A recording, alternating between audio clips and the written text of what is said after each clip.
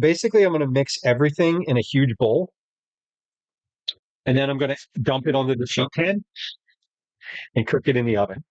And then while that cooks, I'm going to clean up. That shouldn't take too long. And then the fam is going to be home from martial arts around 1910. So I'd like to have this like just finishing up around them. So just a little like on the goal, on my goal. So we have gnocchi. These are just store-bought gnocchis.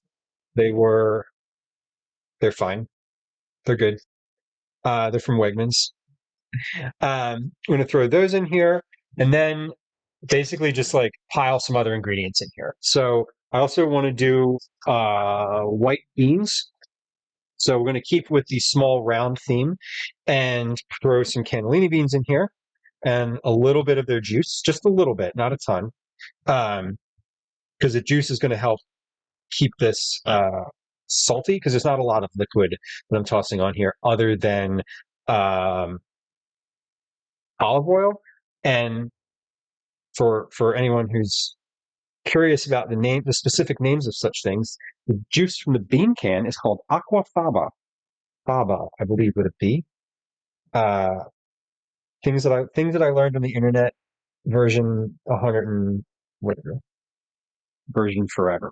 Okay, so I poured a little bit of beans in there, or aquafaba in there. Rinse the rest of these real quick and drain them, and then get those in. I'm just draining these in the sink. I'm not using a colander or anything, just kind of getting the can, holding the can lid in. Okay, so gnocchi and beans, these are going to be our a protein and a fiber. Rinse my hands off. And small round theme. Yeah, just like the same, I want the bites to be roughly the same size or roughly like the same thing. Only small round food. Tiny food only, please. Aquafaba can be used to make an egg white cocktails with the egg. That's a fascinating tip. Did not know that, but it definitely makes sense. It's thick and it's starchy, right? Is it the starch that makes it? Not you. Oh, so time out. You can substitute it for an egg white. You're not whipping it into like a foam, or maybe you are. Can it do both? Stop talking. More things. Okay, tomatoes are going to go in here. So I want the sauce to be kind of tomatoey. I chopped up all this red onion, so I'm actually not going to put this white onion in there, nor am I going to put the shallot. I realized I had some red onion still, but I am going to put all these little cherry tomatoes.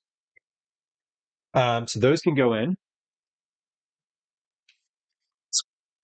The wood bowl can go back on the stack of wooden bowls. Okay, these are good.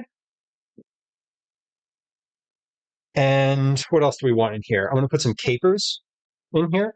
I want this to be a little bit briny, so I'm going to pour some of the caper brine in, not all. The rest of the caper brine, I'm going to toss in the sink. Sorry, caper brine shot pans, and then just a few of the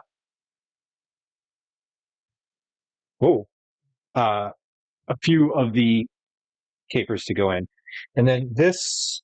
I want to throw some sun-dried tomatoes in here too. Meringue. Okay, yeah. That's a meringue is like what I had in mind. Sometimes that word is just yeah, meringue foam. The point is that it whips up nicely, which is super cool. I had no idea.